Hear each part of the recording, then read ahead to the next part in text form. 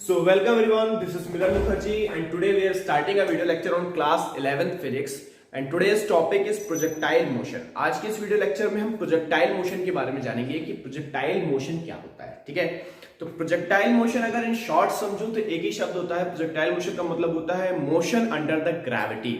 मतलब अभी तक हमने क्या किया था, अभी तक हमने स्ट्रेट लाइन वाले मोशन पढ़े थे, जैसे कार का मूव करना, बाइक का मूव करना, किसी एनिमल का दौड़ लगाना।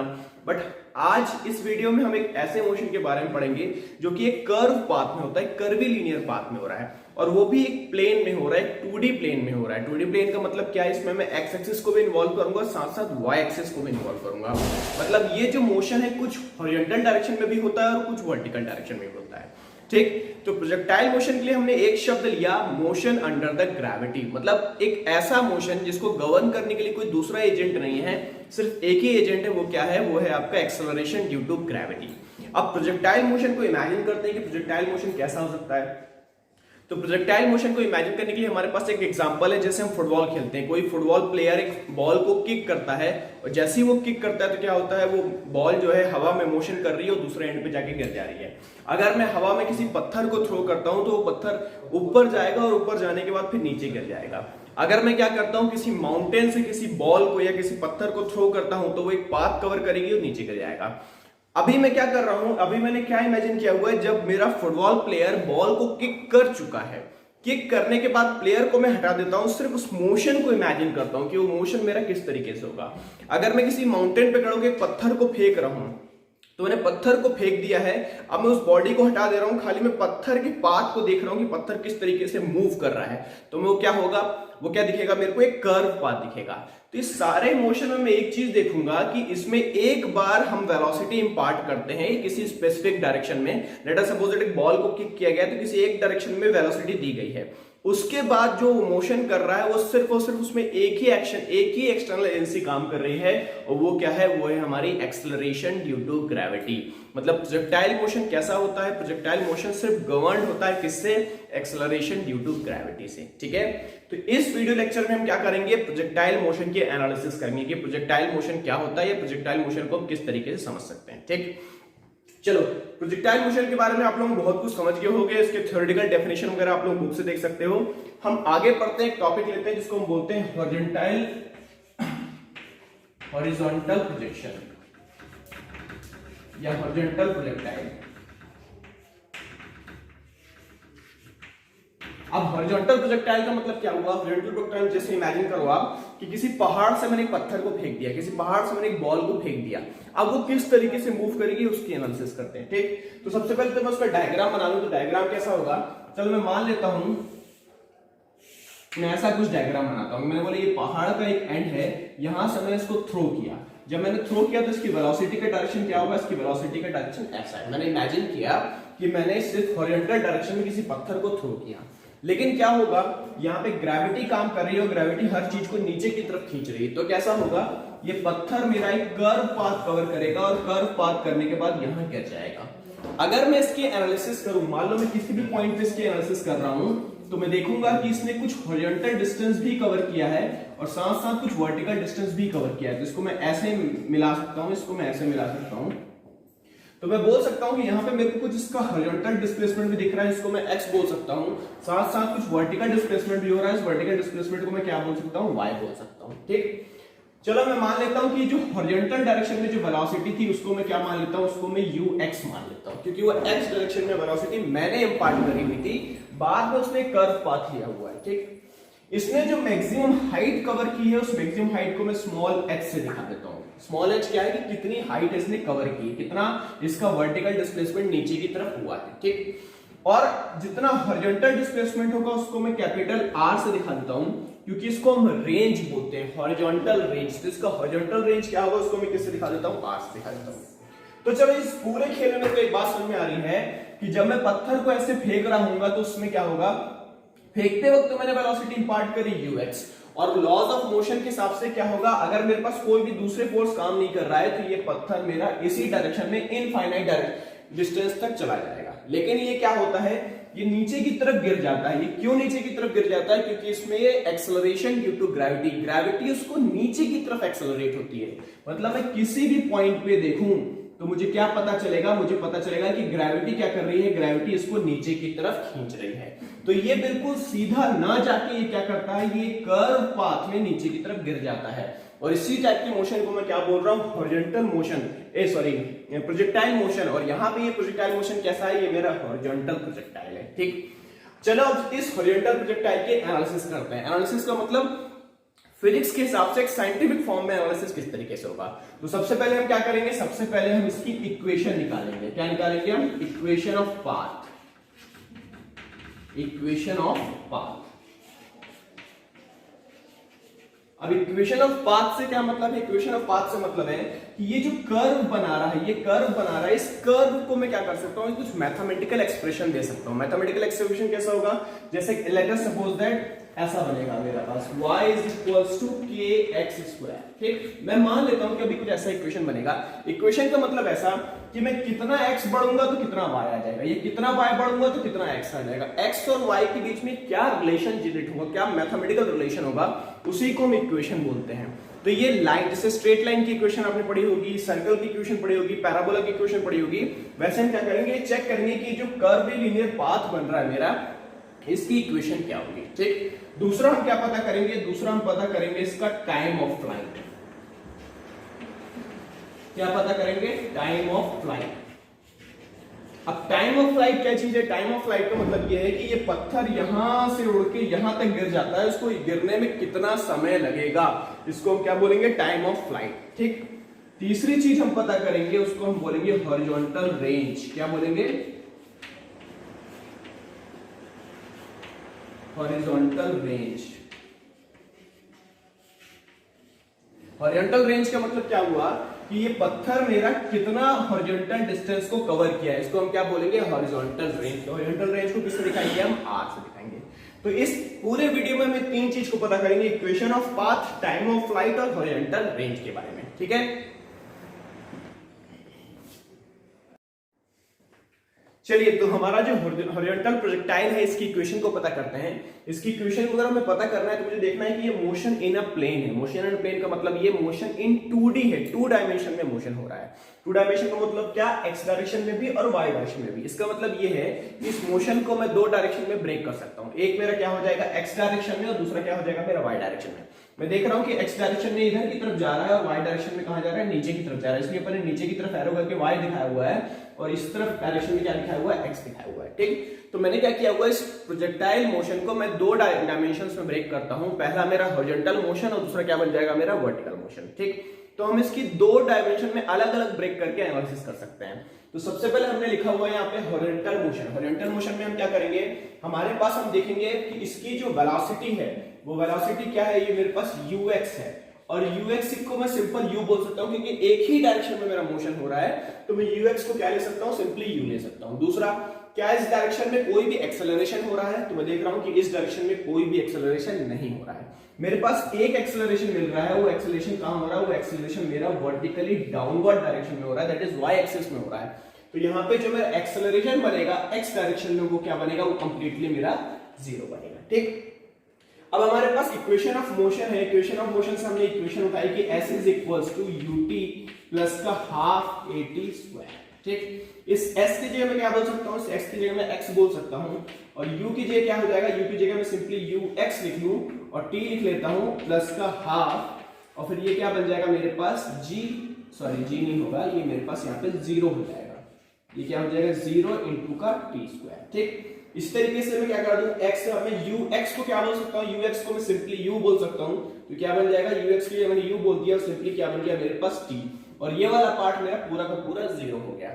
अब जब मैं यहाँ पे देख सकता हूँ कि यहाँ पे क्या बन जाएगा मेरे पास, t अलग कर लेता हूँ, तो t क्या बन जाएगा मेरे पास, x अपॉन का u। चलिए मैंने t को ही क्यों किया, अगर मैं बोलूं कि अगर मैं किसी किताब से नहीं देखता हूं, इस इक्वेशन को खुद ब खुद डिराइव करता हूं, तो कैसे करूंगा, तो मैं देखूंगा कि जो मेरी इक्वेशन बनेगी, इक्वेशन कैसी बनती है, इक्वेशन मेरी कुछ ऐसी बन रही है कि y is equals to kx square. ठीक, अब इस टाइप की इक्वेशन में क्या चाहिए मेरे को, x भी चाहिए और y भी चाहिए। अगर मैं हॉरिजॉन्टल मोशन x की एनालिसिस करूंगा तो x की डिटेलिंग अलग आएगी, जब मैं वर्टिकल मोशन की एनालिसिस करूंगा तो y की डिटेलिंग अलग आएगी। लेकिन मुझे क्या करना है, इन दोनों को कंबाइन करना है। तो मुझे इन दोनों को कंबाइन करने के लिए मुझे किसी न किसी कॉमन टर्म की जरूरत है, कॉमन चीज की जरूरत है। वो कॉमन चीज क्या है, ये दोनों ही मोशन एक ही टाइम में हो रहे हैं। एक ही टाइम का मतलब क्या, ये जो मैं t की बात कर रहा हूं, टाइम की बात कर रहा हूं, वो टाइम मेरा x में भी वही रहेगा और y में भी रहेगा। तो टाइम मेरी कॉमन चीज है। तो अगर मैं यहां से टाइम को बना लेता हूं और इस टाइम को अगर मैं y में यूज कर लेता हूं तो क्या होगा, हॉरिजॉन्टल मोशन और वर्टिकल मोशन आपस में कंबाइन हो जाएंगे और कंबाइन होने के बाद क्या होगा, इस प्रोजेक्टाइल मोशन की या मोशन इन अ प्लेन की मेरे को इक्वेशन बनके तैयार हो जाएगी। ठीक, तो यहाँ पे हमने क्या किया, यहाँ पे हमने t बना लिया, t इज इक्वल टू क्या आ गया, x अपॉन u। अब जब t मेरा x अपॉन u आ गया, हम क्या करता हूँ, वर्टिकल मोशन की बात करता हूँ। तो कैसा हो जाएगा मेरे पास, वर्टिकल मोशन। वर्टिकल मोशन, तो वर्टिकल मोशन क्या होगा, वर्टिकल मोशन में देखो तुम्हें क्या हो रहा है कि कोई भी वेलोसिटी नहीं है, मतलब मेरे जो टोटल वेलोसिटी जा रही थी वो कहां है, x डायरेक्शन में जा रही थी, नीचे की तरफ कोई भी वेलोसिटी नहीं है। जब कोई भी वेलोसिटी नहीं है तो uy क्या बन जाएगा, uy बन जाएगा मेरे पास 0 बन जाएगा। लेकिन यहाँ पे वेलोसिटी जरूर नहीं है लेकिन एक्सेलरेशन जरूर है। कौन सा एक्सेलरेशन है, ग्रेविटी का। तो जो y डायरेक्शन में एक्सेलरेशन है वो क्या है मेरे पास, ग्रेविटी का एक्सेलरेशन ड्यू टू ग्रेविटी का। अब यहाँ पे जो मेरी इक्वेशन बनती है s is equals to ut plus half at square, इसको मैं यहाँ कैसे लिख सकता हूँ कि y is equals to uy t plus of 1 upon 2 at square. तो at की जगह क्या लिख सकता हूँ, स्मॉल g t का स्क्वायर। तो इसी इक्वेशन को मैंने y डायरेक्शन के लिए वर्टिकल मोशन में कैसा लिख दिया, y is equals to uy t plus का हाफ gt स्क्वायर। ठीक, अब आगे बढ़ते हैं। यहाँ पे हम जानते हैं uy कितना है, 0, मतलब ये वाला टर्म तो पूरा का पूरा 0 हो गया। तो अब y क्या बनेगा मेरे पास, y बन जाएगा मेरे पास 1 अपॉन 2 gt स्क्वायर। अब ये इक्वेशन मेरी तैयार हो गई। इस इक्वेशन में मेरे को t दिख रहा है, अगर मैं t की वैल्यू यहां से मर्ज कर दूं तो मेरे को क्या इस इक्वेशन में x मिल जाएगा। इस इक्वेशन में x मिलेगा तो मुझे क्या मिल जाएगा, मुझे इक्वेशन ऑफ मोशन बनके तैयार हो जाएगी। कैसा, मैंने क्या किया, y लिया, y is equals to 1 upon 2 g और t की जगह क्या यूज कर सकते हैं, t की जगह x अपॉन u यूज कर सकते हैं। तो हमने क्या यूज कर लिया, x अपॉन का u। इसको लिख लेना, लेट अस सपोज दैट इसको मैंने बोल दिया इक्वेशन 1 हो गई। तो फ्रॉम इक्वेशन 1 ये आगे तैयार हो गया मेरा। ठीक, तो ये क्या हो गया, x अपॉन u का होल स्क्वायर। ठीक, इसको आगे सॉल्व करते हैं। आगे जब सॉल्व करते हैं तो क्या कर लेते हैं अपन, g अलग कर लेते हैं, नीचे में ये 2 भी अलग कर लेते हैं और u का स्क्वायर करेंगे तो u का स्क्वायर भी अलग कर लेते हैं और फिर क्या आ जाएगा मेरे पास, x ऑफ होल स्क्वायर आ गया। ठीक, तो मेरे पास ये जो पूरा का पूरा पार्ट है, ये पूरा का पूरा पार्ट कांस्टेंट बनके तैयार हो गया। कांस्टेंट का मतलब मैं देखूं क्या, g क्या है मेरा, g है मेरे पास एक्सेलरेशन ड्यू टू ग्रेविटी, जो कि कांस्टेंट मान के चल रहा हूं, ये वेरी नहीं कर रही है अभी। यहाँ पे u क्या है, u मेरे इस पत्थर को फेंकने वाली वेलोसिटी है। तो मैंने पत्थर को एक बार फेंक दिया, वो किस वेलोसिटी से फेंका, u वेलोसिटी से फेंका और उसके बाद वो वेलोसिटी चेंज नहीं हो रही, वेलोसिटी वही की वही है, तो u भी मेरा कांस्टेंट है।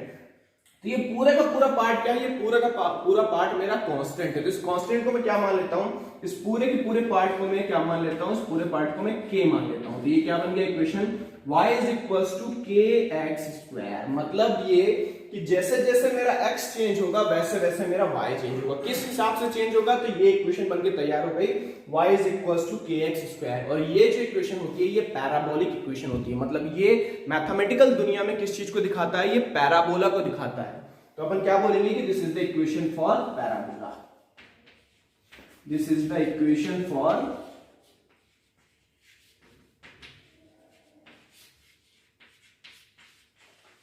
पैराबोला। अब इक्वेशन फॉर पैराबोला का मतलब क्या हुआ कि ये जो पाथ बनेगा वो पाथ कैसा बनेगा, वो पाथ मेरा पैराबोलिक पाथ बनेगा। और इस पाथ को हम क्या बोलते हैं, इस पाथ को हम ट्रैजेक्टरी बोलते हैं। इसको समझने के लिए सबसे बढ़िया एग्जांपल है, जैसे आप लोग गेम खेलते होगे एंग्री बर्ड वाला, एंग्री बर्ड वाला गेम खेला होगा आपने। वहां पे एंग्री बर्ड एक तरफ से फायर होती है, पाथ कवर करती है, नीचे गिर जाती है। तो वो क्या है, वो मेरा पैराबोलिक पाथ कवर करती है, वो प्रोजेक्टाइल मोशन भी करती है। तो जिस भी बंदे ने उस गेम को बनाया होगा तो उसके अंदर कोडिंग की होगी, उस कोडिंग के लिए कुछ मैथमेटिकल फॉर्मूले सेट किए होंगे। वो मैथमेटिकल फॉर्मूला क्या होगा, वो मैथमेटिकल फॉर्मूला यही होगा, ये इक्वेशन ऑफ पैराबोला होगा। कि जब भी मैं किसी एंग्री बर्ड को फायर करूंगा तो क्या होगा, वो इसी इक्वेशन को फॉलो करता हुआ नीचे गिरेगा। वो तो ग्राफिकल फॉर्म में आपको दिखता है, लेकिन कोडिंग की फॉर्म में मुझे क्या देना पड़ेगा, कोडिंग की फॉर्म में मुझे y equals to kx square डालना होगा। तो ये क्या है, ये मेरी इक्वेशन ऑफ पैराबोला है। इसी के थ्रू मैं क्या कर सकता हूं, किसी भी इंस्टेंट पे मैंने बोला कि अगर मैं बोला कि y मेरा, let us suppose that y मेरी 5 यूनिट जाती है, तो 5 यूनिट अगर y जाएगा तो x मेरा कहां कितना यूनिट पहुंच जाएगा वो बताओ। तो कैसे पता करेंगे हम, इस तरीके से पता करेंगे। तो आई होप ये समझ में आया होगा। आगे बढ़ते हैं। आगे बढ़ने के बाद हम क्या निकालते हैं, टाइम ऑफ फ्लाइट, कि टाइम ऑफ फ्लाइट हमारा क्या होगा। ठीक है, तो हम बोर्ड को रब कर रहे हैं, मिलते हैं कभी, कंटिन्यू करते हैं। चलिए तो अब चलते हैं अपन टाइम ऑफ फ्लाइट पे। टाइम ऑफ फ्लाइट का मतलब क्या कि मान लो इस स्टोन को मैंने थ्रो किया, ये एंग्री बर्ड को मैंने थ्रो किया, तो थ्रो करने के बाद वो कितना पाथ, ये पाथ को कवर करके यहां गिर गया, तो इस h डिस्टेंस को कवर करने के लिए उसने कितना टाइम लगा। ठीक है, इस डायग्राम में देख सकता हूं कि h मेरा अगर छोटा होता तो क्या होता, वो जल्दी गिर जाता, h और छोटा होता तो और जल्दी गिर जाता, h अगर और ज्यादा होता तो और जल्दी गिर जाता। इसका मतलब ये है कि जितनी ज्यादा हाइट होगी टाइम ऑफ फ्लाइट भी उतना ज्यादा मिलेगा। ठीक, इसको कैसे समझो, जैसे एक माउंटेन पे खड़े होकर पत्थर फेंक रहा हूं मैं, अब वो वैली जितनी ज्यादा डीपर होगी मेरे को टाइम ऑफ फ्लाइट भी उतना ज्यादा मिलेगा। जैसे एक माउंटेन के कॉर्नर पे एक पैराशूट ग्लाइडर क्या करता है, वहां से जंप कर जाता है, अब वो हाइट जितनी ज्यादा होगी उतना ज्यादा समय तक उसका टाइम ऑफ फ्लाइट होगा, मतलब ये फ्लाइट का टाइम कितना ज्यादा है। ठीक है, तो इसको निकालते हैं अपन। तो ये निकालना बहुत इजी है, कैसे निकाल सकते हैं, हमको टाइम चाहिए, तो टाइम को कैसे निकालेंगे, कोई भी इक्वेशन ले लो जिसमें एक टाइम मिल जाए। तो चलो मान लो यहाँ पे मैं सेकंड इक्वेशन ऑफ मोशन ले लेता हूं, ये मेरे पास क्या है, s is equals to ut plus का हाफ a t स्क्वायर। ठीक, तो यहाँ पे मेरे को t मिल जाएगा, t के साथ क्या है मेरे को टाइम बना लूंगा। अब अगर मैं क्या बात करता हूं, मान लो वर्टिकल डायरेक्शन की बात करता हूं, तो वर्टिकल डायरेक्शन में क्या मिलेगा मेरे को, वर्टिकल डायरेक्शन में मेरे को uy मिल जाएगा जो कि 0 है, और एक्सेलरेशन क्या है मेरे पास, एक्सेलरेशन मेरा g के बराबर है, जो कि हमने यहाँ पे अभी किया हुआ है। ठीक, तो ये दोनों चीजों को मैं इसमें पुट कर देता हूं, और s क्या है मेरा डिस्प्लेसमेंट, वर्टिकल डायरेक्शन में डिस्प्लेसमेंट, तो मैं कितना मान के चल रहा हूं, मैं h मान के चल रहा हूं कि s की जगह मैं क्या यूज करूंगा, s की जगह मैं h यूज करूंगा, और u की जगह मैं uy यूज करूंगा जो कि मेरा 0 है, तो क्या हो जाएगा, ये वाला पार्ट पूरा का पूरा 0 हो जाएगा, और यहाँ पे क्या बन जाएगा मेरे पास 1/2, a की जगह मैं g यूज कर लेता हूं। और अगर मैं कंप्लीट टाइम ऑफ फ्लाइट की बात कर रहा हूं तो स्मॉल t की जगह मैं क्या यूज कर सकता हूं, स्मॉल t की जगह मैं कैपिटल T यूज कर सकता हूं, जिसको मैं क्या बोल रहा हूं, जिसको मैं बोल रहा हूं टाइम ऑफ फ्लाइट। ठीक, तो स्मॉल t की जगह मैंने क्या यूज कर लिया, कैपिटल T यूज कर लिया, तो ये क्या बन जाएगा मेरे पास 1/2, a की जगह g और t की जगह क्या हो जाएगा मेरे पास t का होल स्क्वायर, और इसी t को मुझे फाइंड आउट करना है। ठीक, तो कैसे कर लेंगे हम, यहाँ पे हमारा बन जाएगा कि t square is equal to क्या बन जाएगा मेरे पास 2h अपॉन का g, और जैसे ही मैं इस t को बनाता हूं तो क्या बन जाएगा, t इज इक्वल टू क्या बन जाएगा मेरे पास under root of 2h upon का g। तो ये फॉर्मूला मेरा बनके तैयार हो गया, ये फॉर्मूला मेरा बनके तैयार हो गया कि t is equal to under root of 2h upon का g। देखिए मैंने आप लोग को कहा था कि जितनी ज्यादा हाइट होगी टाइम ऑफ फ्लाइट भी उतना ज्यादा होगा, ये फॉर्मूला बिल्कुल दिमाग में रखना है, जितने भी न्यूमेरिकल्स हम सॉल्व करेंगे इसी फॉर्मूले से सॉल्व करेंगे। तो हमको देखना है कि t इज इक्वल टू क्या बनता है अंडर रूट का 2h अपॉन का g, जितनी ज्यादा हाइट होगी टाइम ऑफ फ्लाइट भी उतना ज्यादा होगा। दूसरा acceleration due to gravity, gravity अगर ज्यादा होगी, मतलब एक्सेलरेशन ड्यू टू ग्रेविटी अगर ज्यादा होगा तो पत्थर जल्दी से नीचे आ जाएगा, तो जितनी ज्यादा ग्रेविटी होगी उतना ही कम टाइम ऑफ फ्लाइट होगा, मतलब ग्रेविटी के साथ इसका इनवर्स प्रोपोर्शनल का रेशियो है, और हाइट के साथ इसका डायरेक्टली प्रोपोर्शनल का रेशियो है। ठीक है, तो ये फॉर्मूला हमारा बनके तैयार हो गया, t is equals to under root का 2h अपॉन का g, ये फॉर्मूला याद होना चाहिए, t is equals to under root 2h upon का g। अब आगे बढ़ते हैं, आगे बढ़ने के बाद क्या मिलेगा अपने को, हॉरिजॉन्टल रेंज। हॉरिजॉन्टल रेंज का मतलब क्या, इस r को निकालते हैं कि r हम कैसे फाइंड आउट करेंगे। तो यहीं पे मैं थोड़ा सा रब कर रहा हूं, रब करने के साथ हम देखते हैं हॉरिजॉन्टल रेंज, हॉरिजॉन्टल रेंज।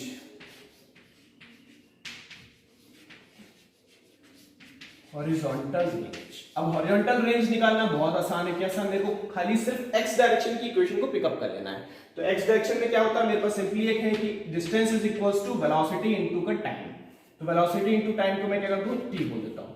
अगर मैं कंप्लीट हॉरिजॉन्टल रेंज की बात कर रहा हूं तो मैं x को किससे रिप्लेस कर सकता हूं, x को मैं कैपिटल R से रिप्लेस कर सकता हूं, u तो मेरा एज इट इज रहेगा क्योंकि a की वेलोसिटी है ux, और उसको मैं u ही बोल रहा हूं, और स्मॉल t को मैं किससे रिप्लेस कर सकता हूं, स्मॉल t को मैं कैपिटल T से रिप्लेस करता हूं, जो कि टाइम ऑफ फ्लाइट, मतलब ये ऑब्जेक्ट मेरा जब यहां से यहां गिर जाएगा तो कितना हॉरिजॉन्टल डिस्प्लेसमेंट लेगा, r हॉरिजॉन्टल डिस्प्लेसमेंट लेगा, और कितने टाइम मिलेगा, कैपिटल T टाइम मिलेगा, इसको मैं टाइम ऑफ फ्लाइट बोल रहा हूं। ठीक, तो यहां पे पुट करता हूं तो रेंज का क्या आ जाएगा, रेंज बराबर आ जाएगा मेरे पास u इनटू का कैपिटल T, और इस कैपिटल T को मैं यहां से यूज कर सकता हूं, तो क्या बन जाएगा r is equals to u under root of 2h upon का g।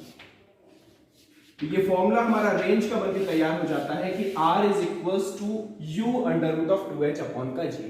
अब यहां पे हम थोड़ा सा इमेजिन करते हैं, इस फॉर्मूले को जरा प्रैक्टिकली फील करने की कोशिश करते हैं। यहाँ पे क्या दिख रहा है मेरे को, एक दिख रहा है U और एक दिख रहा है H। मतलब अगर मुझे ज्यादा रेंज चाहिए तो सीधी सी बात है, मेरे को इसको ज्यादा वेलोसिटी के साथ थ्रो करना पड़ेगा। जो पत्थर को मैं थ्रो कर रहा हूं उसकी वेलोसिटी क्या होनी चाहिए, उसकी वेलोसिटी थोड़ा ज्यादा होनी चाहिए। दूसरा, जितनी ज्यादा हाइट होगी उतना ज्यादा हॉरिजॉन्टल रेंज भी मिल जाएगा। सीधी सी बात है, कम हाइट होगी तो कम हॉरिजॉन्टल रेंज होगा, ज्यादा हाइट होगी तो ज्यादा होगा। तो रेंज में भी हाइट का रोल है और साथ साथ वेलोसिटी का रोल है। जैसे किसी बुलेट को फायर करो, अगर मैंने किसी बुलेट को फायर किया तो देखूंगा कि वो बहुत दूर तक ट्रैवल करेगी फिर नीचे गिरेगी। क्यों? क्योंकि उसके पास एक अच्छी वेलोसिटी होती है। उसी बुलेट की जगह मैंने एक पत्थर को थ्रो किया तो क्या वो पत्थर उतना दूर नहीं जा पाएगा क्योंकि उसकी वेलोसिटी कम होती है। तो जो हॉरिजॉन्टल रेंज का फॉर्मूला बनेगा वो क्या बनेगा, u under root of 2h upon का g। तो आई होप कि ये अपना डेरिवेशन पूरा कंप्लीट होता है। इस डेरिवेशन में हमने इक्वेशन ऑफ मोशन को पता कर लिया। इक्वेशन ऑफ मोशन में ये जो अपना इक्वेशन ऑफ प्रोजेक्टाइल मोशन क्या बनेगा, y is equals to kx² जो कि एक पैराबोलिक पाथ है। फिर हमने टाइम ऑफ फ्लाइट निकाल लिया, टाइम ऑफ फ्लाइट क्या होगा, t is equals to under root का 2h अपॉन का g। और उसके बाद हमने क्या निकाल लिया, उसको हमने हॉरिजॉन्टल रेंज निकाली। हॉरिजॉन्टल रेंज क्या है, horizontal range is equals to r is equals to u upon का u into under root of 2h upon का g। तो इसको नोट डाउन करो, ये डेरिवेशन है, इस डेरिवेशन को नोट डाउन करो। फॉर्मूले को तुरंत याद कर लो। फॉर्मूले को याद करने के बाद 2-3 न्यूमेरिकल लगा लो। जैसे न्यूमेरिकल लगा लोगे ये फॉर्मूले आपको याद हो जाएंगे। तो चलो आगे बढ़ते हैं। आगे बढ़ने के बाद हम ऑब्लिक प्रोजेक्शन के बारे में जानेंगे। ऑब्लिक प्रोजेक्शन कैसा, जैसे किसी एंग्री बर्ड को मैं नीचे से फेंक रहा हूं, नीचे से उड़ रहा है और नीचे से उड़ने के बाद उसी लेवल पे वापस गिर गया। अभी हमने हॉरिजॉन्टली इसको थ्रो किया था, अब हॉरिजॉन्टली थ्रो ना करके क्या करेंगे, एस डायरेक्शन में थ्रो करेंगे और ये नीचे गिरेगा। तो अगले वीडियो में हम क्या करेंगे, उस डेरिवेशन को समझेंगे। जब तक के लिए इसको आप लिखो। मिलते हैं अपन अगले वीडियो में। इस वीडियो में बनने के लिए थैंक यू सो मच।